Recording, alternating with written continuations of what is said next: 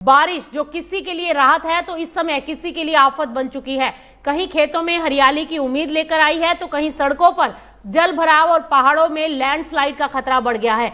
सवाल यह है कि अगले कुछ दिनों तक मौसम का मिजाज कैसा रहेगा, किन राज्यों में सबसे ज्यादा बारिश होगी, किसानों को क्या सावधानी बरतनी चाहिए और क्या सामान्य से कम बारिश खरीफ फसलों पर असर डाल सकती है। अगले कुछ मिनटों में हम आपको दिखाएंगे कि देश भर के मौसम में किस तरीके की तस्वीरें देखने को मिल रही हैं। दरअसल इस समय दक्षिण पश्चिम मानसून इस समय पूरे देश में एक्टिव है और मौसम विभाग का ये कहना है कि अगले कुछ दिनों तक मध्य भारत, उत्तर पश्चिम भारत, पूर्वी भारत और पूर्वोत्तर के कई राज्यों में अच्छी बारिश का दौर जारी रहेगा। हालांकि दक्षिणी प्रायद्वीपीय भारत में बारिश की गतिविधियां कमजोर रहने का अनुमान है और सबसे पहले बात उन इलाकों की कर लेते हैं जहां मौसम विभाग ने सबसे ज्यादा अलर्ट रहने की चेतावनी दी है।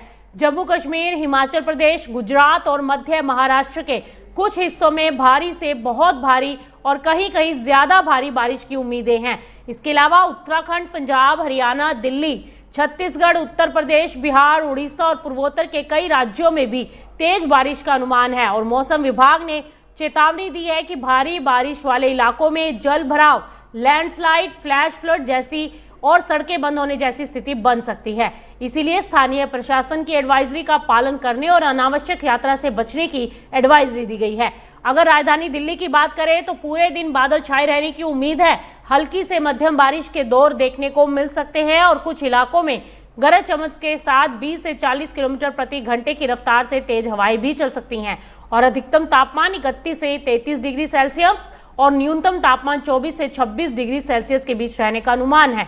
अब बात अगर खेती की कर लें तो मौसम विभाग ने किसानों को भी सलाह दी है कि जिन क्षेत्रों में भारी बारिश की उम्मीद है वहां खेतों से अतिरिक्त पानी निकालने की व्यवस्था रखें ताकि फसलों में जल भराव ना हो पाए।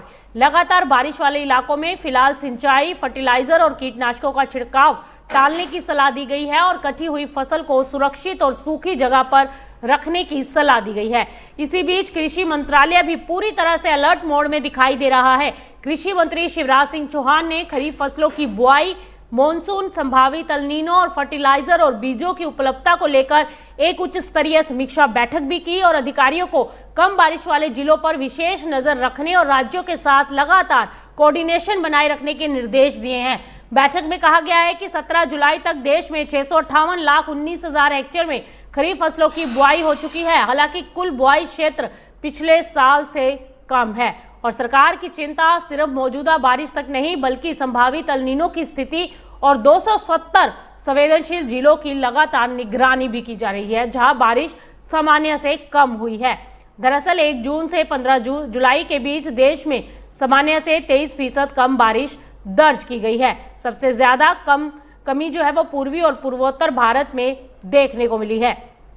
वहीं कुछ राज्यों में अच्छी बारिश की उम्मीद भी है इस बार, तो ऐसे में माना जा रहा है कि अभी एल नीनो का प्रभाव कम होता फिलहाल दिखाई नहीं दिया है।